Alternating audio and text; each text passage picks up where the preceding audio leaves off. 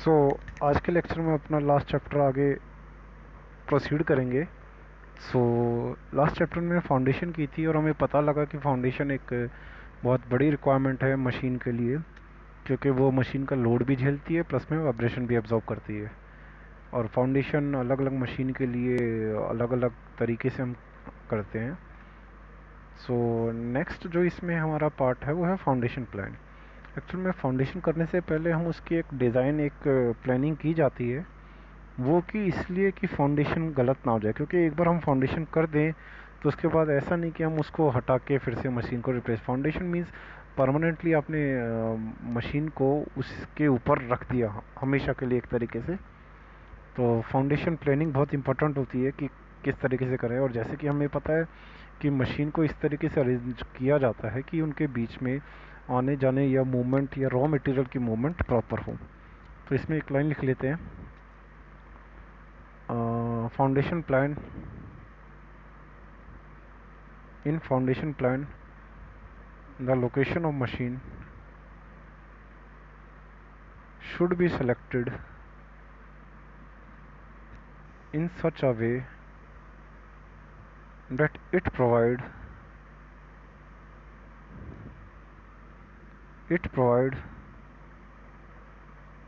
a smooth movement for operator and workpiece.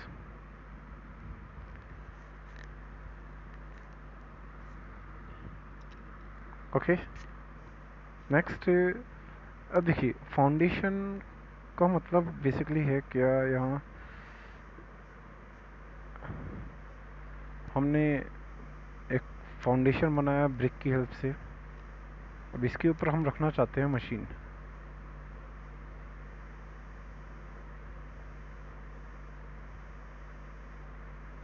हमने ये machine इसके ऊपर रख दी। अब सवाल है कि मशीन चलेगी तो क्या वाइब्रेशन से खिसकती नीचे नहीं गिर जानी चाहिए। तो उसके लिए हम क्या है, इसको हम प्रॉपरली बोल्ट की मदद से फिक्स कर देते हैं। तो वो जो बोल्ट है वो डिफरेंट डिफरेंट टाइप के होते हैं, तो हम वही पढ़ेंगे। Foundation bolt. बोल्ट क्यों लगाए जाते हैं? ताकि मशीन अपनी जगह से ना हिले। जिसमें सबसे पहला बोल्ट है आई बोल्ट। आई होप आपने अपने इंजीनियरिंग ड्राइंग में ये बोल्ट देखे हो। फिर भी यहाँ देखिए, फर्स्ट है आई बोल्ट। इसको आई बोल्ट इसकी शेप की वजह से बोला जाता है, क्योंकि इसकी शेप आई जैसी है। तो लिखिए फर्स्ट आई बोल्ट को फाउंडेशन बोल्ट में। The bolt made up of mild steel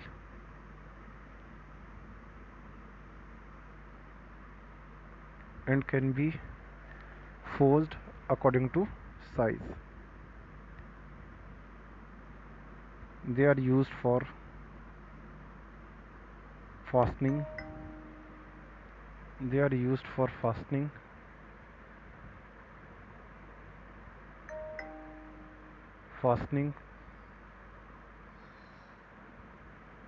lids of tank.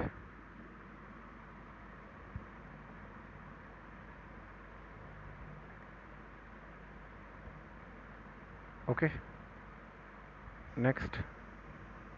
Next है रैग बोल्ट। ये देखिए फिगर देखिए, बोल्ट इस तरीके का होता है हमारा रैग बोल्ट। इसमें लिखिए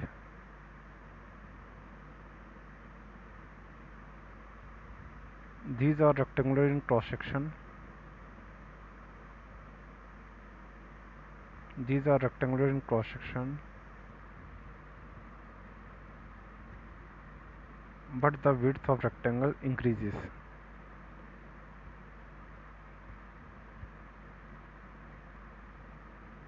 They cannot be removed. They cannot be removed easily after grounding. अब देखिए इसको हम अंदर तो डाल पाएंगे, बट जब बाहर निकालने की कोशिश करेंगे तो ये जो तीत है ये इसको बाहर नहीं आने देंगे। इसको हम रैग बोल्ट बोलते हैं। ओके, नेक्स्ट है Louis bolt.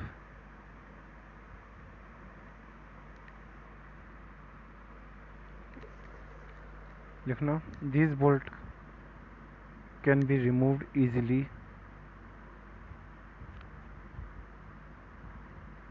as a taper key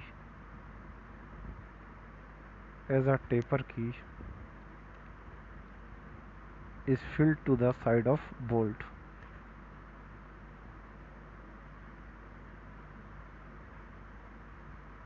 okay,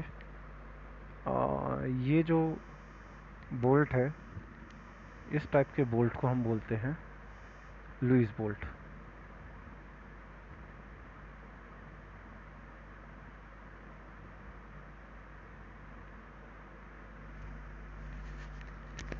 next है आपका quarter bolt. Basically quarter bolt heavy machineries को लगाने के लिए हम यूज़ करते हैं।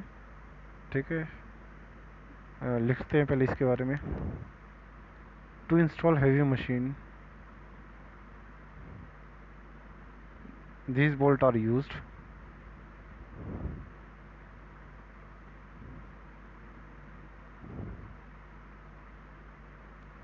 the bolt possess a rectangular slot to receive the quarter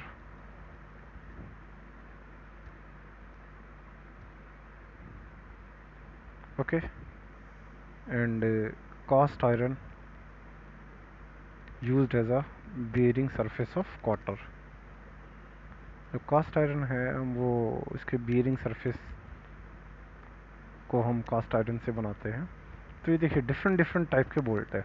वो आप सोचेंगे कि डिफरेंट टाइप के बोल्ट की ज़रूरत क्या पड़ी, तो डिपेंड करता है कि हम किस चीज़ का मीन्स जो मशीन है वो फाउंडेशन करते वक्त किस मशीन को हम ज्वाइन करवा रहे हैं, तो उस पर डिपेंड करेगा। अब मैंने बोला कि बहुत हैवी मशीनरी की बात करें तो हम क्वार्टर बोल्ट को यूज़ करेंगे। अगर अब कम मशीन हैवी हो तो लुईस बोल्ट को यूज़ कर सकते हैं, क्योंकि इसको आसानी से निकाला जा सकता है। और कोई ऐसी मशीन हो जो परमानेंटली हमें फिक्स करनी हो तो रैक बोल्ट को यूज़ करते हैं यूजली हम। ओके, तो ये डिफरेंट डिफरेंट ज़रूरतों के हिसाब से हमारा ये जो बोल्ट्स है वो भी चेंज होते रहेंगे। नेक्स्ट एक बोल्ट और है स्प्लिट एंड बोल्ट। फिगर ये रही स्प्लिट एंड। अब स्प्लिट एंड क्यों है नाम इसका, आपको पता लग रहा होगा कि इसके एंड दोनों तरफ से स्प्लिट है, खुले हुए। तो लिखना the end of this bolt are made splitted. Such bolt are mostly used for medium size machine।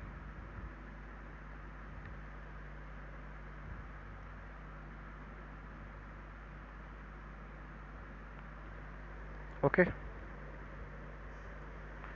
Next हमारा फाउंडेशन में बोल्ट के बाद नेक्स्ट टॉपिक है इरेक्शन, लेवलिंग। ओके, अब बेसिकली इरेक्शन क्या होता है पहले लिख लेते हैं, देन हम बात करेंगे इरेक्शन और लेवलिंग की।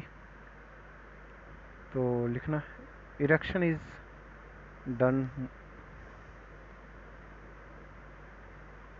Mostly when the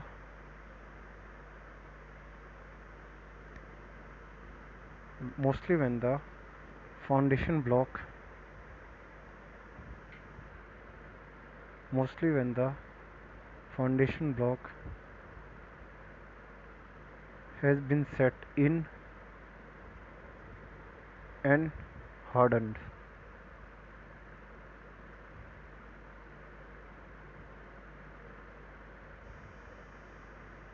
The machine tool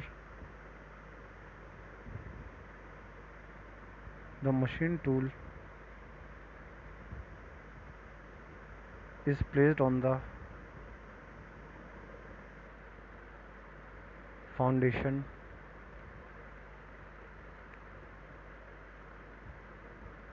with the help of crane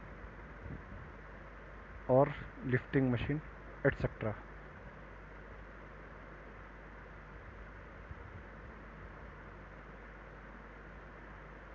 ठीक है, तो इरेक्शन बेसिकली वो प्रोसेस होता है जिससे कि हम एक मशीन को फाउंडेशन के ऊपर रखते हैं। ओके, बेसिकली ये जब फाउंडेशन हमारा कंप्लीट हो जाता है तो उसके बाद हम जो मशीन उसके ऊपर रखते हैं, that process is called erection. Next बात करते हैं हम इसमें लेवलिंग की। तो लेवलिंग नाम से पता लगा, लेवल करना। लेवल मीन्स बराबर करना, कि ऐसा नहीं कि एक तरफ से मशीन उठी रहे एक तरफ से नीचे रहे। यूजली हम भी घर पे जैसे कि अगर बेड ए लेवल ना हो तो हम बेड के नीचे कोई टुकड़ा रख देते हैं जिसकी वजह से वो लेवल में आ जाए, मीन्स इधर उधर हिले ना। तो ये ही हम लेवलिंग कहते हैं। तो levelling is performed with levelling wedge. ये देखिए, ये एक वेज है, यहाँ लेवलिंग प्रॉपर देने के लिए उन्होंने ये वेज इसमें यूज़ किया है।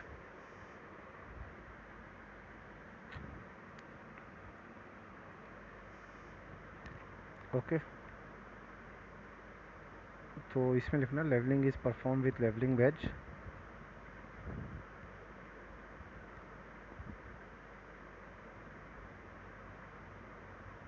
which is used for proper alignment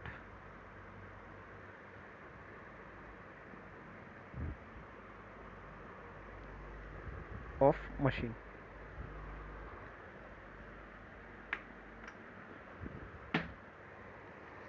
okay, now next topic की अगर हम बात करें तो नेक्स्ट टॉपिक हमारा है ग्रूटिंग।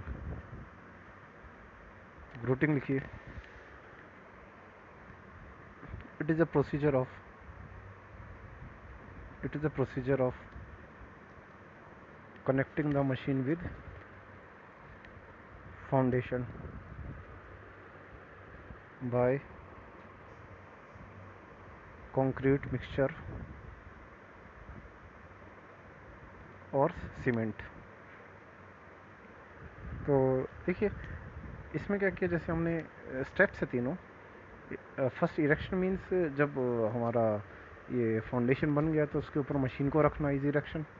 मशीन प्रॉपरली अलाइन है कि नहीं है, ऊपर है, लेवलिंग नहीं है, उसके लिए लेवलिंग किया। और लास्ट में हमारा जो ये ग्रूटिंग है वो क्या करते हैं, हम उसको फिक्स करने के लाइक मशीन को फाउंडेशन से बिल्कुल मिला के।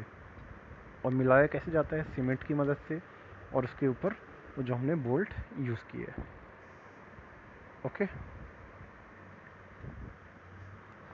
नेक्स्ट है ये सब जो हम कर रहे हैं, लाइक मशीनिंग को एक प्रॉपर स्पेस देना, मशीनिंग को फाउंडेशन देना, मशीनिंग को फाउंडेशन के साथ अटैच करने के लिए बोल्ट यूज़ करना, और ये जो प्रोसेस हमने की इरेक्शन, अलाइनमेंट या फिर लेवलिंग, और या फिर जो अभी लास्ट ग्रूटिंग किया हमने, तो ये स्टेप्स करने की वजह क्या थी, मेन इम्पॉर्टेंट है, लोड तो झेलना ही था, प्लस में सबसे इम्पॉर्टेंट चीज़ है उसकी वाइब्रेशन। कि वाइब्रेशन हमेशा क्या होता है, वाइब्रेशन की वजह से हमेशा मशीन के अंदर लॉसेस आते हैं। मशीन कभी हमें 100% आउटपुट नहीं दे सकता। जहाँ वाइब्रेशन ज़्यादा, वहाँ जो मशीन पे काम कर रहा है उसके लिए भी नुकसान है, प्लस में मशीन के लिए भी नुकसान है।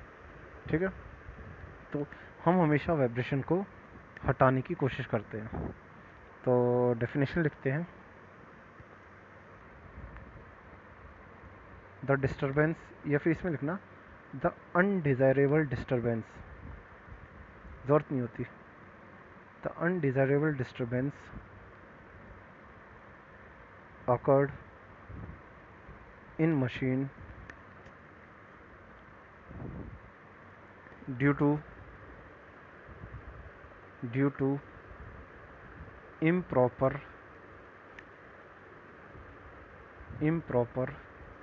alignment or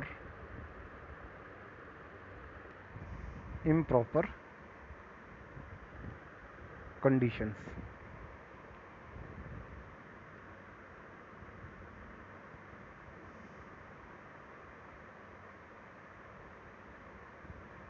ठीक है। तो इम्प्रॉपर अलाइनमेंट और कंडीशंस की वजह से जो डिस्टरबेंस क्रिएट होती है, दो disturbance are called vibration. Vibration are of two type, first is direct and second is indirect.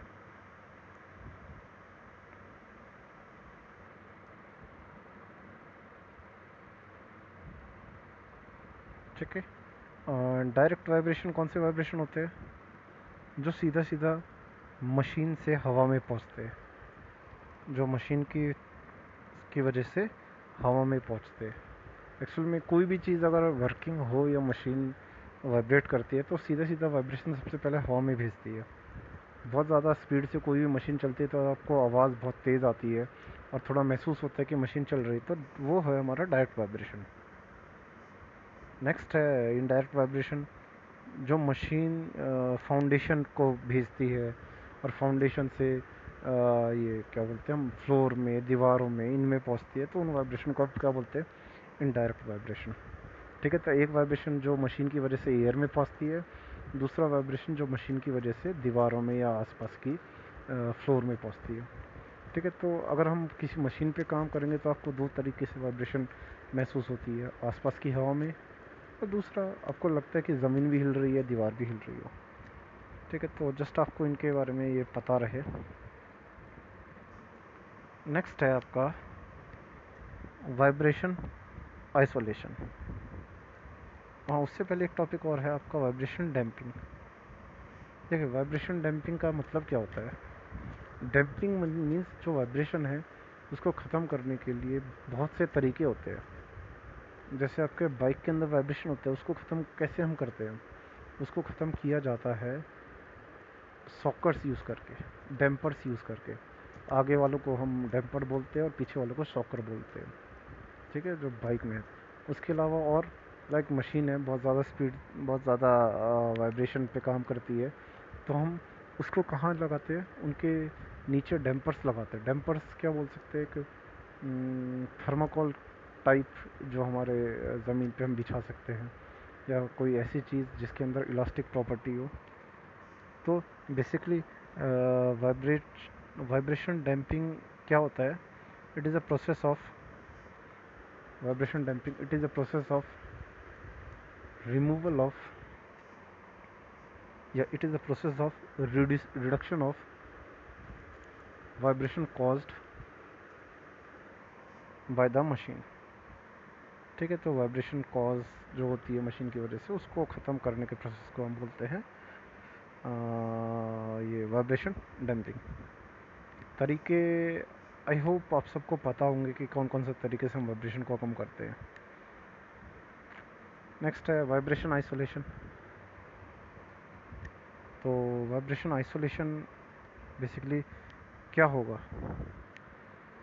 लिखते हैं पहले।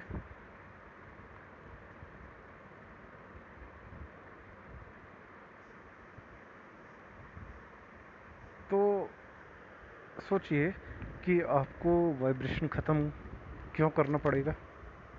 ताकि आपको मैक्सिमम से मैक्सिमम आउटपुट मिल जाए। ठीक है। तो वाइब्रेशन ख़त्म करने के हमारे बेसिकली दो तरीके से वाइब्रेशन को ख़त्म कर सकते हैं। पहला तो ये कि जो वाइब्रेशन है वो मशीन टूल से फाउंडेशन पे ना जाए, और दूसरा तरीका है कि मशीन टूल से वाइब्रेशन बेसिकली वहाँ जाने से, एक तरीके से मतलब जाने की तो कोशिश करे, बट अगर हम उसे रोक दें, आइसोलेट कर दें, तो पहले लिखते हैं to achieve machine accuracy and improvement,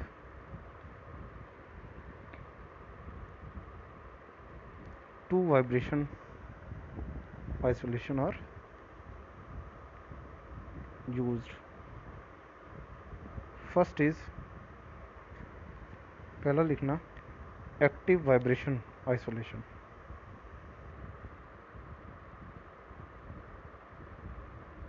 ठीक है। तो एक्टिव वाइब्रेशन आइसोलेशन क्या होता है? वाइब्रेशन को मशीन टूल से फाउंडेशन में जाने से प्रिवेंट कर दिया जाए। ठीक है, रोक दिया जाए। तो लिखो इसमें, to prevent transmission of vibration from machine tool to foundation, to prevent transmission of vibration from machine tool to foundation. ठीक है, नेक्स्ट है passive vibration isolation. Passive vibration isolation वो है to isolate the machine tool from vibration of the foundation base. मतलब vibration foundation base तक पहुंचने से पहले मशीन टूल को एक तरीके से आइसोलेट कर दे ताकि वो अपना वाइब्रेशन वहाँ ना पहुँचा सके. तो वाइब्रेशन आइसोलेशन के मेथड क्या क्या है. लाइक हमने बोल तो दिया कि आइसोलेट कर दे, बट आइसोलेशन के मेथड क्या क्या है. तो मेथड है, सबसे पहला है एब्जॉर्बर यूज़ करना. मतलब हम मशीन्स में नीचे एब्जॉर्बर या स्प्रिंग्स लगा दे. अब सोचो स्प्रिंग्स क्या है, एक बार दबेगा, दबने के बाद वापस फोर्स पीछे की तरफ लगाएगा तो वो उनको एब्जॉर्ब ही कर लेगा. और वाइब्रेशन एब्जॉर्ब होगा तो क्या होगा, वहाँ फाउंडेशन तक वाइब्रेशन पहुँचा ही नहीं. तो हमने उसको मशीन को वाइब्रेशन वहाँ पहुँचाने के लिए रोक दिया. नेक्स्ट है वाइब्रेशन डैम्पर. डैम्पर को यूज़ करके ओके. नेक्स्ट है आपका